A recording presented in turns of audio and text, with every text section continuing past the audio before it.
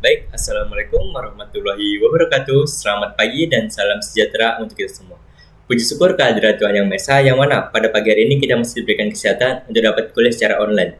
Baiklah, di sini kami dari kelompok 4 mata kuliah metodologi sejarah akan menjelaskan materi kami tentang bab 7 yaitu penafsiran sejarah, bab 8 yaitu tentang historiografi, dan bab 9 tentang perkembangan teori sejarah. Di sini kami ada 5 orang dalam kelompok kami, yaitu saya sendiri Arif Sugara, dan selanjutnya ada Nur Afni Oktavia, ada Nur Asri Putri, ada Marsha Adalia, dan ada Mahdilatul Hilda. Baik, langsung saya ke materinya. Sekian. Assalamualaikum warahmatullahi wabarakatuh. Perkenalkan, nama saya Nur Afni Oktavia, kelas 23A dengan NIM 2305 Di sini saya akan menjelaskan materi tentang penafsiran sejarah atau interpretasi. Ini adalah menguraikan fakta-fakta sejarah dan kepentingan topik sejarah serta menjelaskan masalah kekinian. Adanya interpretasi lain tentang sejarah memang sangat mungkin. Hal ini dikarenakan banyak interpretasi, bahkan semua interpretasi belum tentu memberikan manfaat yang sama. Pandangan ini didasarkan pada 3 elemen. Yang pertama adalah selalu ada interpretasi yang tidak sesuai dengan laporan sejarah yang disepakati. Yang kedua, ada beberapa interpretasi yang memerlukan sejumlah hipotesis yang bersifat membantu jika hendak bebas dari falsifikasi yang dilakukan oleh laporan. Yang ketiga, ada beberapa interpretasi yang tidak mampu menghubungkan fakta-fakta yang dapat dihubungkan oleh interpretasi lain. 3 landasan ini, jika dipraktikkan, akan membawa kemajuan bagi interpretasi sejarah. Pemahaman merasa cukup hanya dengan satu interpretasi baku saja. Selama ini, menjangkiti para sejarawan itu harus ditinggalkan. Kita baru dapat menguji suatu teori jika memperhitungkan contoh-contoh yang berlawanan. Interpretasi bersifat bertentangan. Hal ini tidak akan menjadi masalah apabila kita melakukannya sebagai kristalisasi sudut pandang yang lebih melengkapi. Materi selanjutnya adalah posisi penafsiran sejarah. Jadi, interpretasi atau penafsiran adalah sering disebut dengan analisis sejarah. Jadi, analisis itu berarti menguraikan, dan secara terminologi berarti sintesis yang berarti menyatukan. Analisis dan sintesis dipandang sebagai metode utama dalam interpretasi. Ini merupakan istilah Kunto Wijoyo pada tahun 1995. Penafsiran atau interpretasi bertujuan melakukan sintesis atas sejumlah fakta yang diperoleh dari sumber sejarah dan bersama dengan teori disusunlah fakta itu dalam interpretasi yang menyeluruh. Dan karena itu pula, interpretasi atas data yang sama sekalipun memungkinkan hasil yang beragam. Disinilah interpretasi sering disebut sebagai penyebab timbulnya subjektivitas. Ini merupakan istilah yang disebutkan oleh Abdurrahman pada tahun 1999. Materi selanjutnya adalah problematika penafsiran sejarah. Jadi dalam problematika penafsiran sejarah itu, problem yang pertama adalah keanekaragaman tafsiran yang dialami oleh kalangan ahli-ahli sejarah yang disebabkan oleh beberapa faktor. Pertama, ada sifat senang atau tidak senang yang dimiliki oleh peranan pribadi, baik terhadap individu-individu maupun terhadap kelompok-kelompok orang. Yang kedua, ada praduga atau anggapan-anggapan yang dihubungkan dengan masuknya atau terlibatnya sejarawan yang bersangkutan menjadi anggota dari suatu kelompok atau golongan tertentu. Yang ketiga, ada teori-teori yang bertentangan mengenai interpretasi sejarah. Yang keempat, ada keyakinan moral yang berlainan dasar-dasarnya atau pendapat alam atau hakikat manusia atau pandangan hidup. Problematika yang selanjutnya adalah permasalahan yang beragam penafsiran di kalangan sejarawan.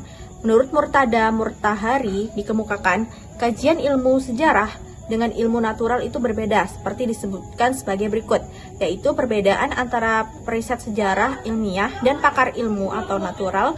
Ilmu-ilmu natural yang artinya adalah ilmu-ilmu yang digunakan untuk mengkaji dunia fisis seperti fisika, kimia, geologi, biologi, dan botani adalah pokok kajian pakar ilmu natural berupa material memang pada saat ini. Oleh karena itu, seluruh telaah dan analisis pakar ilmu natural bersifat fisis dan eksperimental. Di sini saya akan menjelaskan tentang teori-teori interpretasi sejarah. Ada beberapa pendapat dari beberapa tokoh aliran filsafat dalam menanggapi persoalan ada tidaknya keharusan logika kajian interpretasi dalam kajian sejarah untuk tunduk dalam hukum umum. Di sini saya akan menjelaskan teori dari beberapa tokoh tentang jenis interpretasi. Yang pertama yaitu menurut Graham Hubb. Beliau dulunya seorang profesor riset di Universitas Loyola Chicago dan merupakan seorang sejarawan. Beliau mendapatkan 5 jenis interpretasi yaitu sebagai berikut. Yang pertama, interpretasi verbal. Ini berkaitan dengan konteks faktor. Ini berkaitan dengan beberapa faktor seperti bahasa, pembedaraan kata, tata bahasa konteks, dan terjemahan. Kedua yaitu interpretasi teknis. Ini didasarkan oleh dua pertimbangan, yaitu tujuan penulisan dokumen dan bentuk tulisan persisnya. Tujuannya agar penulisan tidak semata-mata hanya untuk menyampaikan informasi, tetapi juga ada tujuan lainnya. Ketiga yaitu interpretasi logis, yaitu interpretasi yang didasarkan pemikiran logis. Berarti sebuah penafsiran dokumen secara keseluruhan berisi gagasan yang logis. Keempat yaitu interpretasi psikologis, yaitu interpretasi tentang dokumen yang merupakan usaha untuk membacanya melalui kacamata pembuat dokumen agar memperoleh titik pandang penulis dokumen. Kelima yaitu interpretasi faktual, tidak didasarkan kata-kata tetapi berdasarkan fakta. Titik beratnya membiarkan fakta berbicara sendiri tanpa perlu interpretasi berlebihan. Graham Hubb juga menyarankan untuk menghindari interpretasi yang berlebihan dan fokus pada fakta. Kedua yaitu Evan Al-Shafari yang merupakan seorang filsuf.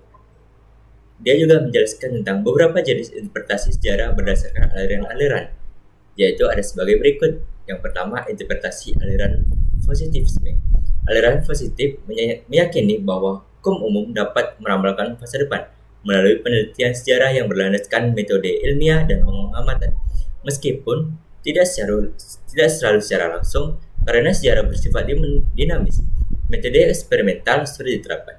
Namun, hal ini mendorong upaya menemukan hukum-hukum gerakan masyarakat, seperti halnya fisikawan menemukan hukum alam, agar ramalan sejarah bersifat ilmiah dan terstruktur. Kedua yaitu interpretasi aliran materialisme. Aliran ini mengedepankan prinsip hubungan kausal sebab akibat dalam memahami fenomena sejarah, seperti halnya fenomena alam. Pengetahuan tentang hubungan kausal ini dianggap berguna sebagai dasar tindakan manusia. Dengan memahami sebab akibat, kita bisa menciptakan fenomena yang diinginkan untuk mencegah hal yang tidak diinginkan. Sejarawan layaknya ilmu lain, berupaya menemukan hukum-hukum yang mengatur proses sosial dan historis. Namun, gagasan bahwa hukum umum dapat digunakan untuk menafsirkan sejarah mendapat kritik. Beberapa filsuf sejarah berpendapat bahwa setiap peristiwa historis bersifat unik dan tidak pernah terulang. Hal ini menyulitkan upaya untuk menemukan hukum tetap dalam sejarah, karena hubungan antar peristiwa sangat kompleks dan sulit dipisahkan dalam penelitian. Ketiga yaitu interpretasi aliran relativisme historis. Penganut relativisme historis berpendapat bahwa peristiwa-peristiwa sejarah begitu kompleks dan berjalan sehingga sulit memberlakukan hubungan-hubungan tetap di antara kelompok-kelompoknya, seperti yang terjadi dalam ilmu-ilmu fisika dan lain-lain. Dari sini, mereka menyimpulkan kemustahilan bisa dipastikan hubungan-hubungan yang tidak tetap antara peristiwa bersejarah yang akan terjadi setiap kalinya sebabnya terrealisasi. Oleh karena itu, dalam sejarah tidak ada yang menemukan adanya peristiwa-peristiwa bersejarah yang serupa. Terakhir yaitu interpretasi aliran idealisme. Aliran ini berpendapat bahwa jika alam tunduk pada hukum determinisme, maka sejarah justru bergerak dalam ranah kebebasan. Mereka mengakui adanya sebab-sebab dalam sejarah, tetapi menolak bahwa kausalitas sejarah dengan hukum fisika. Tetapi mereka menolak bahwa kausalitas sejarah setara dengan hukum fisika. Kausalitas sejarah bersifat internal dan berkaitan dengan makna. Sementara fisika hanya melihat hubungan luar antara sebab dan akibat. Pendukung idealisme sejarah menekankan bahwa sejarah tidak bisa diringkas dan hukum umum karena tiap peristiwa bersifat unik dan terikat pada konteks ruang dan waktu yang tertentu. Mereka tidak menganggap sejarah sebagai rangkaian kebetulan, tetapi menolak upaya menyusun hukum umum darinya.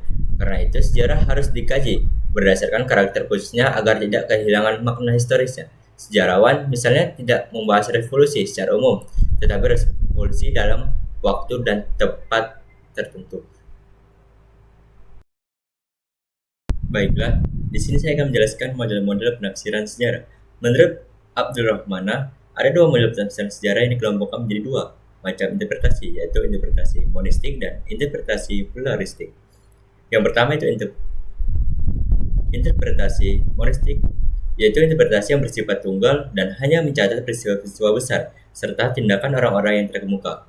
Penafsiran ini terbagi menjadi beberapa bentuk. Yang pertama yaitu penafsiran teologis, menekankan bahwa sejarah ditentukan oleh takdir Allah, sedangkan manusia hanya menjalankan nasibnya.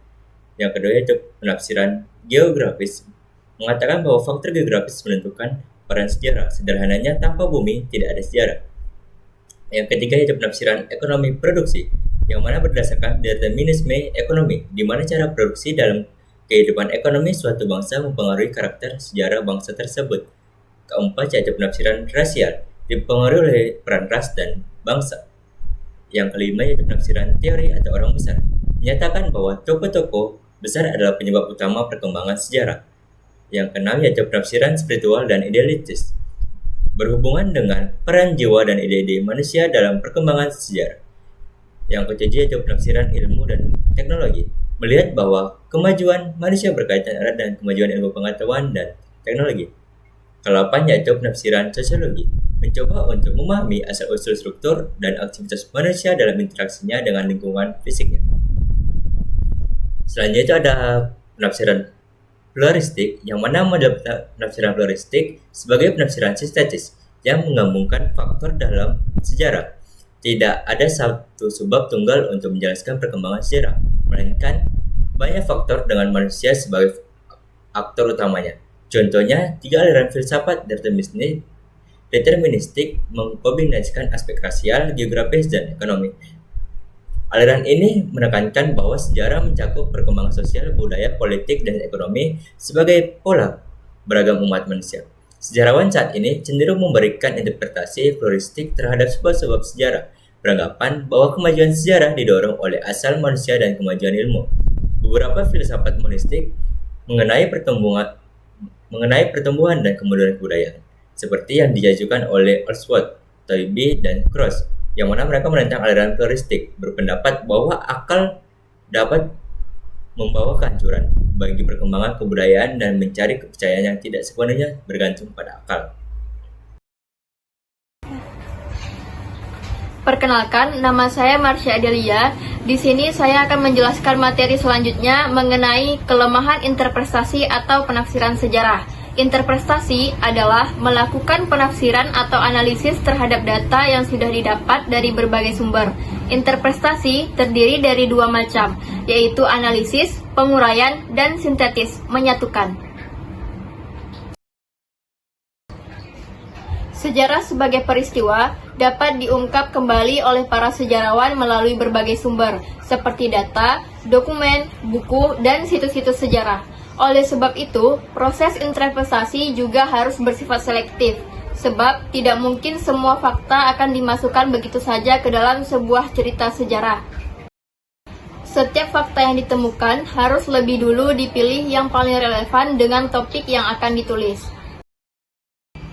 Beberapa model penafsiran sejarah diantaranya penafsiran determinisme teologis, yaitu mengandaikan bahwa segala sesuatu yang terjadi dalam sejarah adalah bagian dari rencana atau kehendak Tuhan.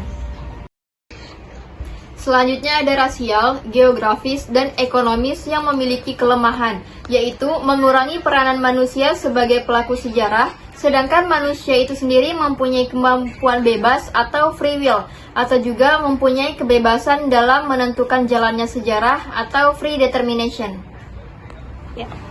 Kelemahan lain dari beberapa model penafsiran sejarah yaitu hanya mengkaji satu gejala atau fenomena sosial tunggal sebagai penyebab terjadinya peristiwa sejarah.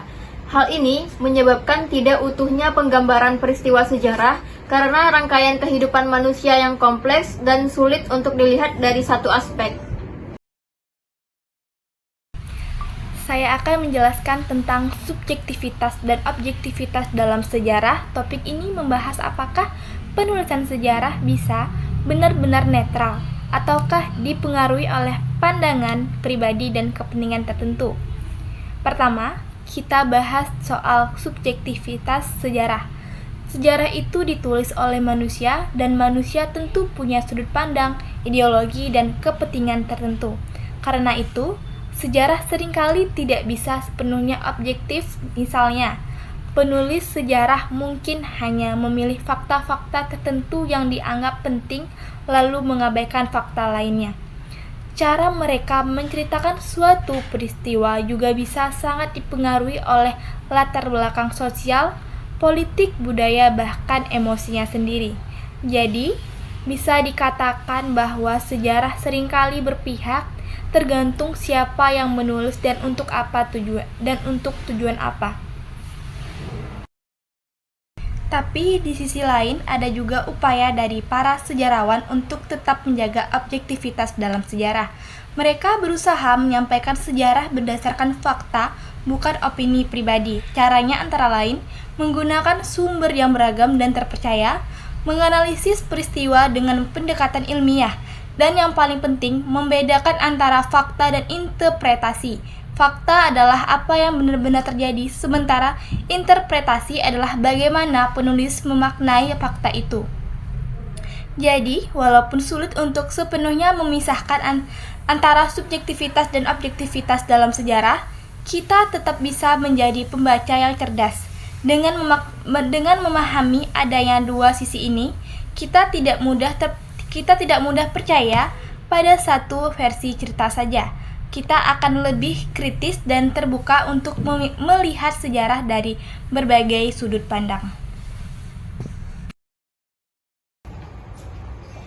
Selanjutnya, materi bab 8 yaitu mengenai historiografi. Secara etimologi, kata historiografi berasal dari bahasa Yunani, yaitu historia yang berarti sejarah, dan graphia yang berarti penulisan.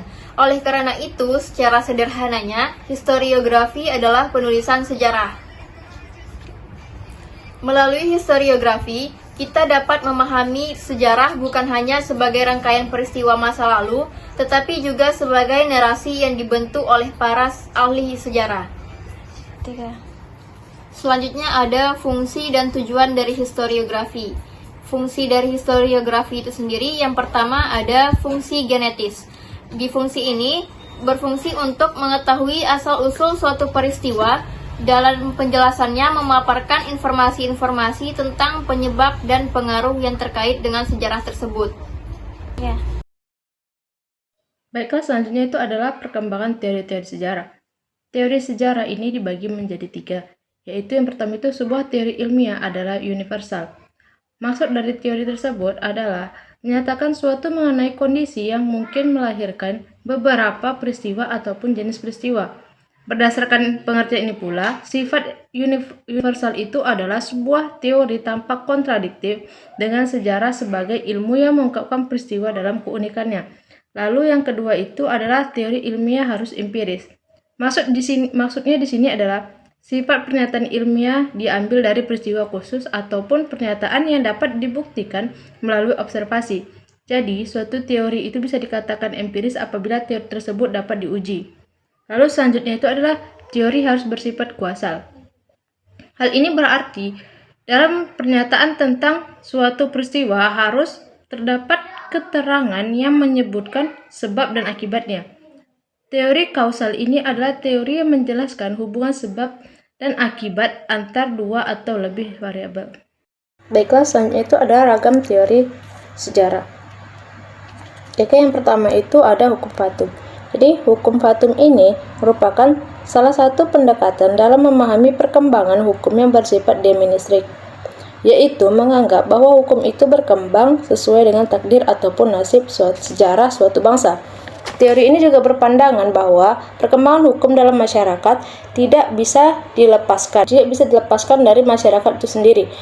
Artinya, hukum akan muncul, berkembang, dan berubah seiring dengan dinamika sosial, seolah-olah sudah ditakdirkan. Dalam konteks ini, hukum bukanlah hasil ciptaan manusia secara sah, melainkan hasil dari proses sosial yang alami dan tidak bisa dicegah.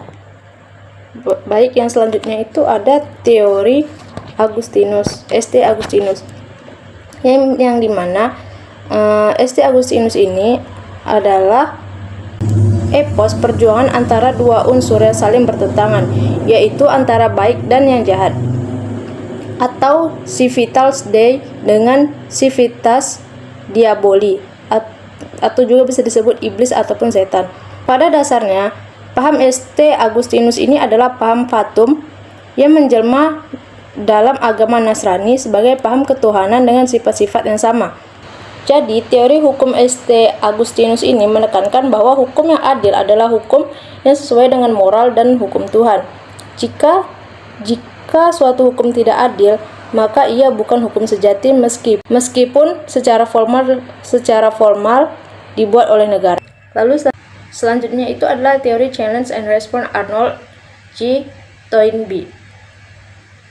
Nah, jadi maksud dari teori challenge and response adalah kebudayaan terjadi dan dilahirkan karena tantangan dan jawaban antara manusia dengan alam sekitarnya. Jadi pertumbuhan dan perkembangan kebudayaan ini digerakkan oleh sebagian kecil dari pemilik kebudayaan tersebut. Lalu minoritas dari pemilik dan pencipta kebudayaan dan masa mayoritas meniru tanpa minoritas yang kuat dan dapat menciptakan suatu kebudayaan tidak dapat berkembang. Apabila minoritas menjadi lemah dan kehilangan daya untuk mencipta, tantangan dari alam tidak dapat dijawab lagi. Dan apabila keadaan sudah memuncak seperti itu, keruntuhan pun akan terjadi. Lalu itu ada selanjutnya itu ada teori progresif linear Ibnu Khaldun. Ibnu Khaldun dalam mukadimahnya mengatakan bahwa ilmu sejarah itu merupakan salah satu ilmu yang dikaji berbagai bangsa dan juga generasi. Secara lahiriah, sejarah tidak lepas dari berita tentang sehari-hari negara-negara, sejarah dan abad-abad yang silam. Teori Hegel. Jadi Hegel ini memandang sejarah manusia sebagai perwujudan ide ilahi, yaitu yang bersifat mutlak, dan setiap bagian atau periode sejarah merupakan satu langkah terus ke arah penyempurnaan ide yang ilahi. Berdasarkan semua yang ada, bagian yang sempurna ini mesti ada yang berbudi, dan segala yang ada adalah hasil perkembangan yang akan datang. Lalu selanjutnya itu ada teori Karl Marx tahun 1818 sampai 1833. Jadi Karl Marx ini telah menggabungkan teori Malthus dan Hegel mengenai pergantian pola-pola budaya dan perjuangan untuk hidup. Nah, hasilnya adalah keterangan mengenai perubahan dalam sejarah untuk menentukan secara materialistis penguasaan cara berproduksi, lalu menentukan kelas dan pola pikiran yang akan berkuasa pada suatu saat tertentu, serta juga pertentangan terus-menerus di antara kelas, dan pada akhirnya akan dimenangkan oleh pihak